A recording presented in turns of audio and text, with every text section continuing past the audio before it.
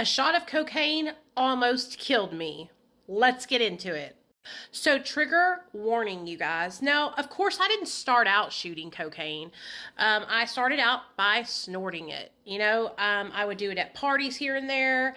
I would get it sometimes on my own and buy it, on my own. But for the most part, I always used with other people until my best friend Nikki passed away. When my best friend Nikki passed away, I went into a deep depression. Now, of course, it's not Nikki's fault. I didn't know how to cope with her suicide, and I resorted to drugs and alcohol, and I went down into a very deep binge. And that's when I started injecting cocaine. The first time I injected cocaine, it literally sent me into a psychosis spiral where I locked myself in the bathroom and I sat between the commode and the wall and didn't move for hours because I was afraid that the police were coming after me and they were outside. So that just goes to tell you, I was the kind of coke shooter that I would shoot a shot, and then like right before it would start to wear off, like I would know it was coming to an end, I would shoot another shot. I always had really good veins. Now, of course, there was times where I would, dehydrate or blow my veins. And in those situations, I would use my chest. But for the most part, I could shoot, no problem. One night I was over at my friend Misty's house and we were all shooting up. And I didn't have any clean syringes. My last one was on its last leg. Like, it was so dull, I had to jab it into my arm to get it go through the skin.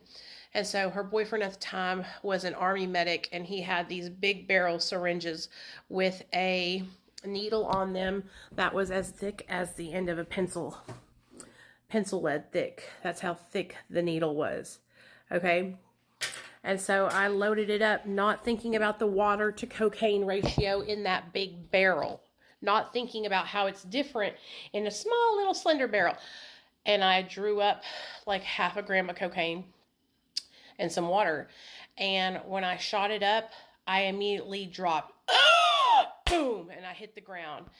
And I was crappie flopping is what we called it. I was blue in the face, purple lips, all the color went out of me. And when I came to, the needle was still in my arm. And all I could think about was how I wanted to do it again because the rush was so intense. That shot right there is what made me love shooting cocaine. That shot right there is what made me chase cocaine for the next 2.5, 3 years. I was banging cocaine. I had a full-time job and I was the assistant manager at a restaurant, and I would go into my job where I was waiting tables and bartending and do a shot in the bathroom and then come out wah, wah, wah, wah, wah, trying to make people's drinks and shit. It was so fucking intense. But I tell you guys, shooting cocaine made me do things that I'm not proud of because I would run out of money so fast. I would go to my drug dealer begging him for more, trading myself to him for more.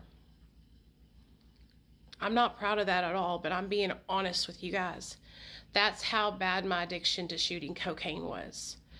Eventually, I shifted my addiction over to shooting oxys, Dilaudids, heroin. I even shot fentanyl patches, and I started doing more opioids and meth than I was cocaine. A lot of the times, the way I used drugs would depend on who I was around and who I was hanging out with. If my best friend was a crack smoker, I was smoking crack with her all night. So when I moved here to Little Rock, I relapsed on opioids, and then my best friend was a crack smoker. So I moved in with her and we would smoke crack all night.